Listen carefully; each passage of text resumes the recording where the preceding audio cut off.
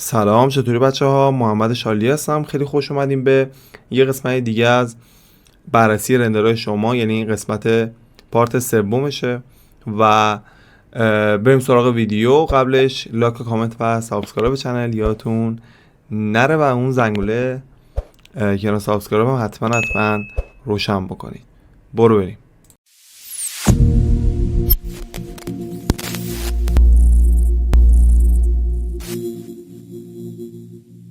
خب بچه‌ها، جلسه پیش ما در مورد رندرهای داخلی صحبت کردیم و رندرهایی که حالا توی دو قسمت حالا برای من ارسال کرده بودید. من سعی کردم که رندرهای در واقع داخلی و این دو تا جلسه قبل اونا داخلی بودن. این جلسه در واقع این قسمت در مورد رندرهای خارجی صحبت میکنیم. چرا؟ چون از جلسه بعد که آموزش شروع میشه قراره بریم سراغ رندر نورپردازی و متریال و کلا رندر و هر چیزی که مربوط به پروژه‌های خارجی و نمای ساختمان، حالا هر چیزی که هستش و محوطه است و یعنی در واقع لندسکیپ و این چیزا قراره بسازیم. گفتم که یه سری کارا رو بررسی بکنیم. خب خیلی بچه‌ها آنریل بلدن، یعنی بلد بودن یکم و حالا با آموزش من پیش رفتن و یه خروجی در آوردن از کار و این قسمت قراره اونا رو بررسی بکنیم. من اصلا توقعی ندارم که الان رندر خیلی خفن ببینم، چون که اصلا جلسات رندر خارجی ما اصلا شروع نشده و کسی اصلا ندیده. پس این رندر رو بچه خوشون گرفتن و من فقط یه سری نکات رو میگم که حالا میگم که جلسات بعد قراره کدوما رو در واقع بیشتر روش فوکوس بکنیم و چه مبحثایی قراره پیش ببریم. خب رندر اول برای آقای امیرحسین نجفیه و یه رندر خارجی خوبی گرفته. حالا یه سری نکات داره، مرسی که اول مثلا در واقع بعضی از چیزها رو رعایت کرده با اینکه اصلا جلسه شروع نشده. یه سری چیزا در واقع یه سری حرکت‌ها رو رعایت کرده که من واقعا خوشم اومده. و نکاتی که داخل این رندره است، ببین بچه‌ها، اول این رندر یه حالت فوتو مود بهش داده شده. سعی کنید که زیاد اون فوتو مود رو ندید بهش. یه جو حالت دارک گرفته. سعی کنید که همون حالت طبیعی خود آنریل باشه. خیلی کار طبیعی تر خودش نشون میده. مثلا این کارهایی که این بالا انجام داده، کثیف کرده، خیلی خفنه. و حالا من با مدل کار ندارم، حالا مدل آماده است یا خودش مدل کرده، اصلا با این کار ندارم. رفلکشن داخل پنجره خیلی خوبه. ببینید واقعا خوبه. اینجا جزئیات خیلی خوبی داره. مثلا اینجا یه درخت گذاشته که بریده شده. میبینید اینا همه باعث میشه که کار شما جزئیات بگیره. حالا من تو رندر بعدی هم واسه بچهای دیگه هم یه سری نکات میگم، ولی خب برای رندر خارجی که حالا فعلا جلساتشون نکردیم خیلی خوبه و خیلی خوب کار کردن. رندر بعدیشون البته بچه‌ها به این نورم خیلی تاثیرشو گذاشته. یعنی ببینید نیومده نور رو تیز کنه، ببینید در واقع سایه ها رو تیز کنه. سایه های درخت ها محوه. دقیقا باید همینجوری باشه. یه نفر مثلا میاد سایه ها رو تیز میکنه، اصلا کار معلوم رندره. میدونی چی میگم؟ این اگر اون حالت فوتو مودش نبود، آسمون کم آبی تر بود، خیلی قشنگ‌تر میشد. رندر بعدیشون بهتره به نظرم، اون فوتو مودو نداره، بهتر شده. ولی خب یه سری نکات داره به نظر من. و مثلا این ماشین مثلا چیکار میکنه اینجا؟ خب و لاستیکش باید یکم بیشتر میرفت داخل زمین، چون این یه جور حالت اسباب بازی گرفته. انگار مثلا لاستیک مثلا خیلی پره. یه حالت فشاری باید روی لاستیک باشه. اینا خیلی تأثیر میذاره داخل کار. و اون فشار منظورم نیست که باد لاستیک رو کم بکنید، یعنی یه ذره ماشین رو بیارید یه ذره بیاد پایین‌تر که یک کوچولوش بره داخل زمین که اون حس رو برسونه که انگار نشسته روی زمین. و این کثیفیه که روی اینجا هست، حالا نمیدونم کثیفیه یا پترنه، خیلی تکرار شده. اون تکرارش خیلی زیاده. میتونه خب بهتر باشه. و داخل فضا نور گذاشته، این خیلی خوبه. داخل نشون داده، آبجکت گذاشته. اینو واقعا کارو با ارزش میکنه. و حالا اینا نمیدونم فاصله داره، حالا اوکیه، حالا زیاد مدل سازی نمیدم. و این حالت کثیفی که اینجا میذاره خوبه، ولی خب می‌بینید چی بچه‌ها، ساختمون بیش از حد دیگه کثیفش نکنید. میگم بلا سری زیاد نیارید، زیاد کثیف نباشه، چون اون موقع که رندر رو به کارفرما تحویل میدید یا همون موقع ساخته میشه کثیف نیست ساختمون، که این طی مثلا 1-2 سال یا 5 سال اینجوری میشه دیگه. ولی خب واسه رندر خارجی بعضی از جاها لازمه، هیچ اشکالی نداره که باشه، ولی واسه رندر داخلی نه. و این متریال زیاد خوشم نیومد، یعنی خیلی حالت تخریبش خیلی زیاده، متریال ماشین خیلی میتونه بهتر باشه. ولی خب اینا رو ما همه رو داخل آموزش‌ها میگیم و من چیزایی که خیلی خوشم آمد سایه‌هاشه، سایه‌های خیلی خوبی داره و خیلی جالب شده. ولی ای کاش مثلا صندلی‌ها کم شبیه همدیگه بود و خیلی خوب میشد. بریم بچه‌ها، یه سری میز نمیدونم دکور هست، همه داخل رندراشون استفاده میکنن. خب دیگه تکراری شده، آدم دیگه دیده، دیگه خسته شده، سعی کنم اونا رو دیگه استفاده نکنم. مثلا این دوتا رو من خیلی دیدم داخل خیلی از رندر رو دیدم، شاید بگم 500 تا رندر دیدم اینا رو.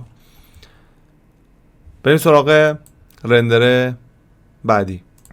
خب رندر بعدی یعنی رندرهای بعدی برای آقای حبیب کاووسیه و همونجوری هم که جلسه در واقع قسمت قبل گفتم، رندر داخلیشون یه ماهیتی داره و یه سبکی داره. رندر خارجیش هم که از نما یا فضای محوطه میگیرن دقیقاً اون حس داخلیه رو، در واقع نور داخلیه رو به ما میرسونه و مشخصه که کار یک نفره و نور خیلی خوبی داره و آبجکت ها خیلی خوب چیده شده. دوربین یکم پایینه، دوربین میتونه یکم توی دید انسان قرار بگیره، ولی خب به نظر من علاوه نور پردازی و متریال خیلی خوب شده و اینم خیلی خفنه. رندر خیلی خوبیه و نور و متریال و ترکیب بینشون خیلی خوبه، دقیقا همون چیزی که گفتم، یعنی تضاد خیلی زیادی ما بین متریال نداریم. متریال آروم آروم علاوه رنگی تغییر کردم و یه دفعه مثلا یه مشکی نداریم داخل کار، آروم آروم شد. مثلا اینجا یه ذره تیره تره، یه کوچولو دوباره اون تیرگیش کم میشه، اینجا هم همینطور، بعد حالا به سفید میرسه. یعنی اون ترکیب رنگشون خیلی خوبه، رفلکشن شیشه هاشون هم واقعا عالیه و همینجور نورپردازی مصنوعیشون و نکنید در و نیمه باز میذارن خیلی قشنگ میشه. اینا واقعا تاثیر داره. این متریال سفیده خیلی خوبه اینجا و حالا این نمیدونم اینا چی تکرار شدن، ولی خب این متریال کاکتوسی که اینجا هستش به نظر من خیلی بالا و مخصوصا سایه هایی که اینجا واسه درخت داریم. برای رندر بعدی اینجا هم همینطور، یارو میتونه یکم کوچیک‌تر بشه ولی به نظر من باحال، مخصوصا کف اینجا فوق العاده متریال خوبی داره و واقعا عالی کار شده این متریال و خیلی جالب شده و این رندرشون به نظر من از بقیه رندرها خیلی بهتره و قشنگ اون حس دید انسان رو کامل به ما میرسونه و متریال ماشین فوق العاده است. مثلا همون اون رندر قبل که ماشین رو دیدیم کنار ساختمون بود، همچین متریالی باید داشته باشه. ببینید خیلی خفن تر میشه اگر همچین متریال استفاده بکنم و همینطور هم آبجکت هایی که در واقع آبجکت هایی که اینجا دارم واسه درخت و محوطه خیلی خوبه، با کیفیته و این هم مثل یه انیمیشنه.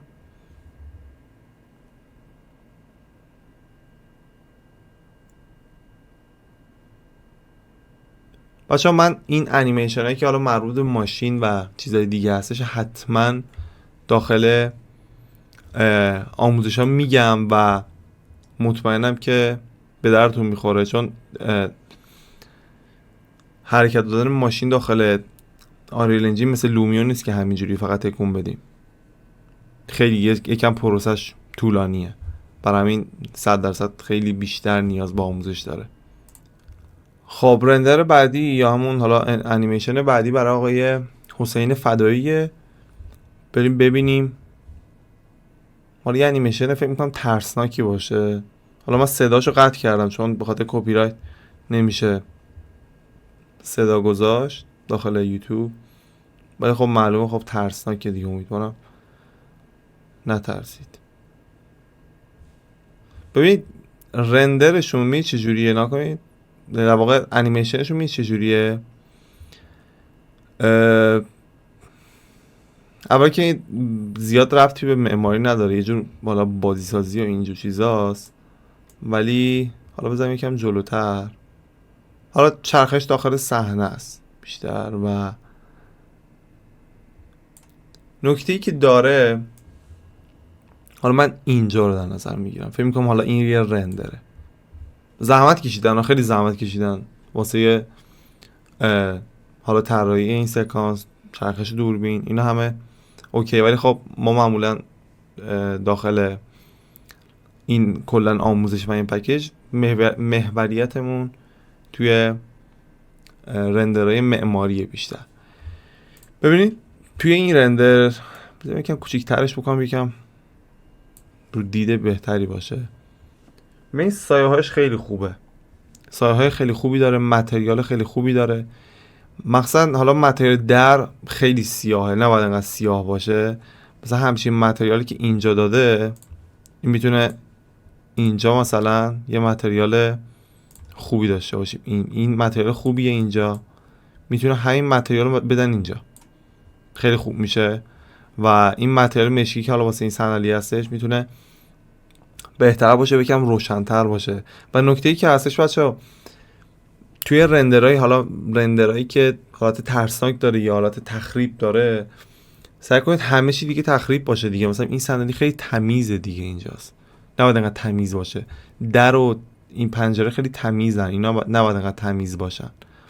و در واقع درخت‌ها هم من نمیدونم، حالا بازی رزیدنت اویل رو نمیدونم، حالا رزیدنت ایول بهش میگن، رزیدنت ایول 4 اگه بازی کرده باشید مثلا درخت‌ها اینقدر سبز نیستن، خب حتی اون حس ترسناک بودن توی اون درخت‌ها هم هستش. اینا خب همه باید درست بشه، ولی خب برای شروع به نظر من خیلی خوب بودش. خب رندر بعدی هم برای آقای امیرحسین ساییه و رندر خیلی چجوری بگم،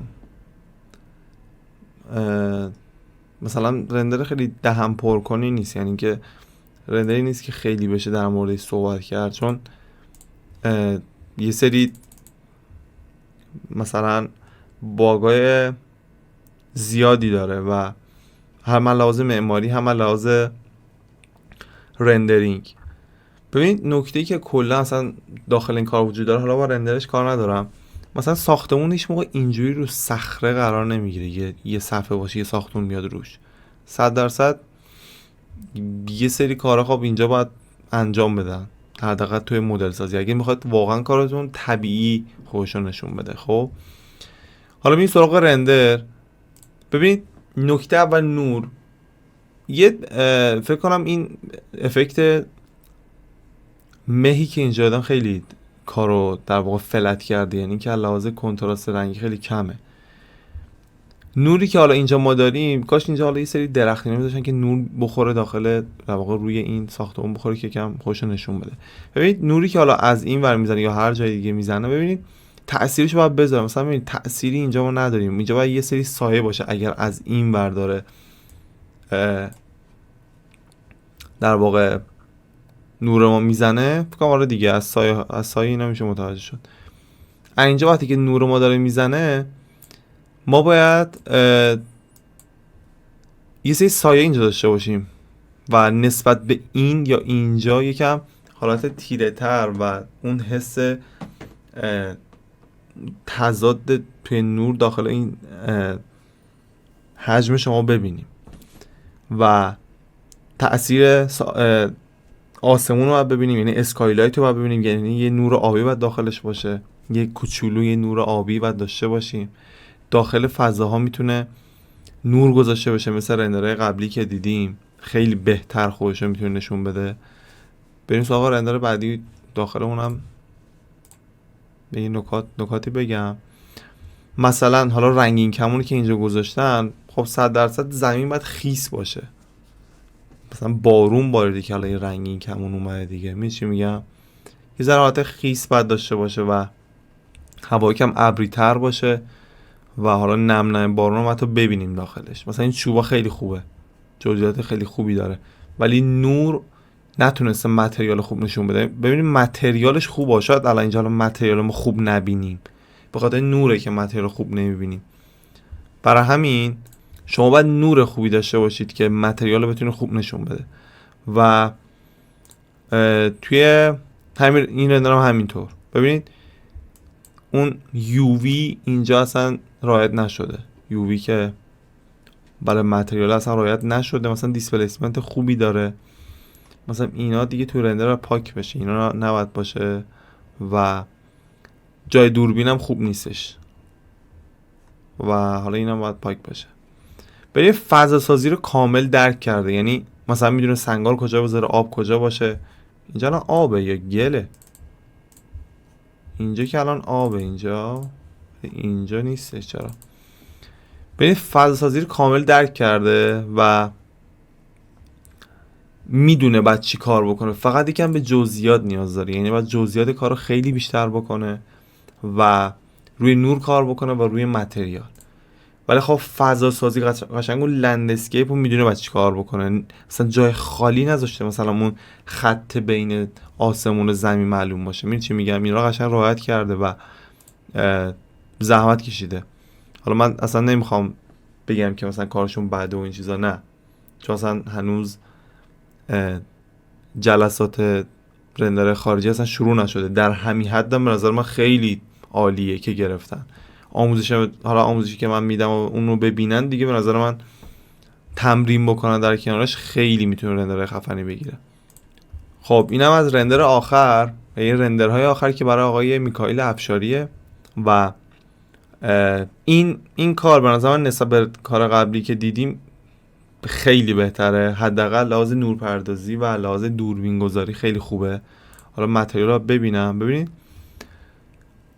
نکته‌ای که هستش این که اول ساختمانشون خیلی خلوته، کاش یکم پرترش میکردن، ولی خب فضا سازی کامل درک کرده و اون انعکاسش رو کامل، اصلا خیلی این رندر باحالیه. اینجا هم همینطور رندر خیلی خوبی شده، مخصوصا متریال آبی که حالا اینجا درست کردن یه حالت اقیانوس جالبی داره و خوب شده. ولی کاش داخل این ساختمون و در واقع ویلایی که حالا اینجا هست کاش بیشتر پر میشد. نمیدونم این چی، این آبه اینجا، و اینکه کارشون خیلی آبیه، مثلا شیشه هاشون حالا آبی نمیدن، مثلا مشکی میکنن که رفلکشن خوبی داشته باشه، خیلی قشنگ‌تر میشه. حالا مشکی نه، یکم حالت تیره تر، ولی خب لازم نور اوکیه. ولی خب صحنه‌شون خیلی خلوته، کاش یکم صحنه پرتری داشتن و متریال آبو به نظر من خوب درست کرده، ولی بازم کار داره ها، ولی خب خوبه. ببینید این جزئیات خیلی مهمه بچه‌ها، نکنین ماسه ها از اینجا اومده، نکن اینجا کم شد، اینجا عمق زیاد شده، قشنگ اون عمقو میبینیم اینجا. ولی خب اینجا باید یکم تیره تر باشه که اون بیشتر مشخص باشه. ولی خب به همین توپوگرافی که دقت کردی اصلا خودش خیلی کار ارزشمندیه. این رندر خوبی شده چون یکم نزدیکتره و بهتر خوش داره نشون میده و اینم همینطور. ولی خب کاش این پشت، نکن این خط بین آسمون و زمین رو میگم، نکن این نباید معلوم باشه. شما باید این خط و اینو که اینجا هست اینو باید یه جو حذفش کنید. حالا با کراپ کردن این تصویر حتی اینجا هم باید پر بشه، اینجاها باید آب بشه دیگه، اینجا باید کلا آب باشه، رنگ آبی مثلا اینجا باید کامل آب باشه اینجا، یا با مثلا درختی چیزی بذاریم یا صخره بذاریم یا کوهی بذاریم که اینجا پر بشه کامل و میتونه تاثیرش رو داشته باشه. این رندرشون هم خیلی خوبه، علاوه نور به نور پردازیشون اوکیه. این رندر اصلا باحاله، این خیلی باحاله، اینو خیلی حال کردم. اینم همینطور، یه انیمیشن هم مثل این گرفتن.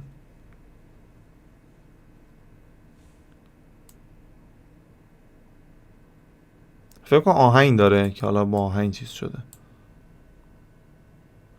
حالا رندرم حالا ادامهش گذاشتم. نکته‌ای که هستش من بستم. نکته‌ای که هستش بچه‌ها، ببین این رندر اگه بیشتر تمرین بکنن با آموزش رو در واقع ادامهش رو در واقع نگاه بکنن در مورد رندرهای خارجی، خیلی به خروجی خفنی میتونه برسه. چرا؟ چون از قبل یه چیزی از نور میدونه، از قبل متریال رو شناخته، فضاسازی رو شناخته، یعنی میدونه چجوری فضاسازی بکنه و به نظر من در آینده رندرهای خیلی جالب تری میتونه بگیره.